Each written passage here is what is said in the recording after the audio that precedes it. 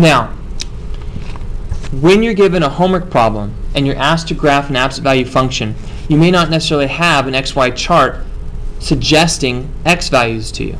So what you need to do every single time is find the vertex by comparing the absolute value function to the general absolute value function that I've written over here. So there's nothing written in the front, so A is 1. There's nothing subtracted from X inside the absolute value symbol, so H is 0. So this vertex is an X coordinate of 0. Then the number on the outside of the absolute value symbol is the value of K, and so K is -1. So now if you want to do an XY chart, you're going to use 0, -1 as your vertex, and then you can add 1 and subtract 1 from 0. You can add 2 and subtract 2 from 0, so that these points are centered around your vertex. Then you can substitute 2 inside the function, take the absolute value of 2, which is 2, and subtract 1 and get 1. You can plug in 1, take the absolute value of 1, which is 1, subtract 1 and get 0. When you plug in -2, the 2 is 2, and 2 minus 1 is 1 as well. Notice how these numbers are the same. If you always have your vertex centered around the other pairs of x coordinates that you choose, then technically speaking, you really only have to plug in 2 values and mirror them on the other side.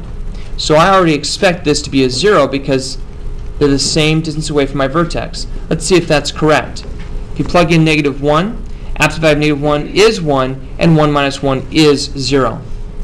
So that's one shortcut. If you engineer to be centered around your vertex, then you only have to plug in 2 of them and copy the value of y to its mirror image. Now, when you're asked to graph this, you plot the point. So at 0, negative, at 1, 0, -1, 0, at -2, 1, at 2, 1. Here are your 5 points giving you your absolute value function. Now you might think that's fast because you're only shooting half as many points. Well, watch how this one is.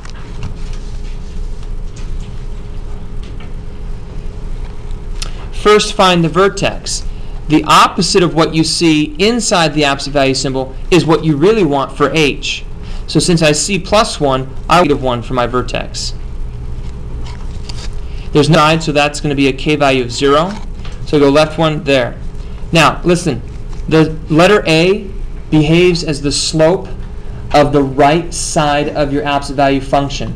So since A is 1, your slope is up, right 1, up 1, right 1, up 1, right 1. The left side, image or a reflection of that over a vertical axis of symmetry. So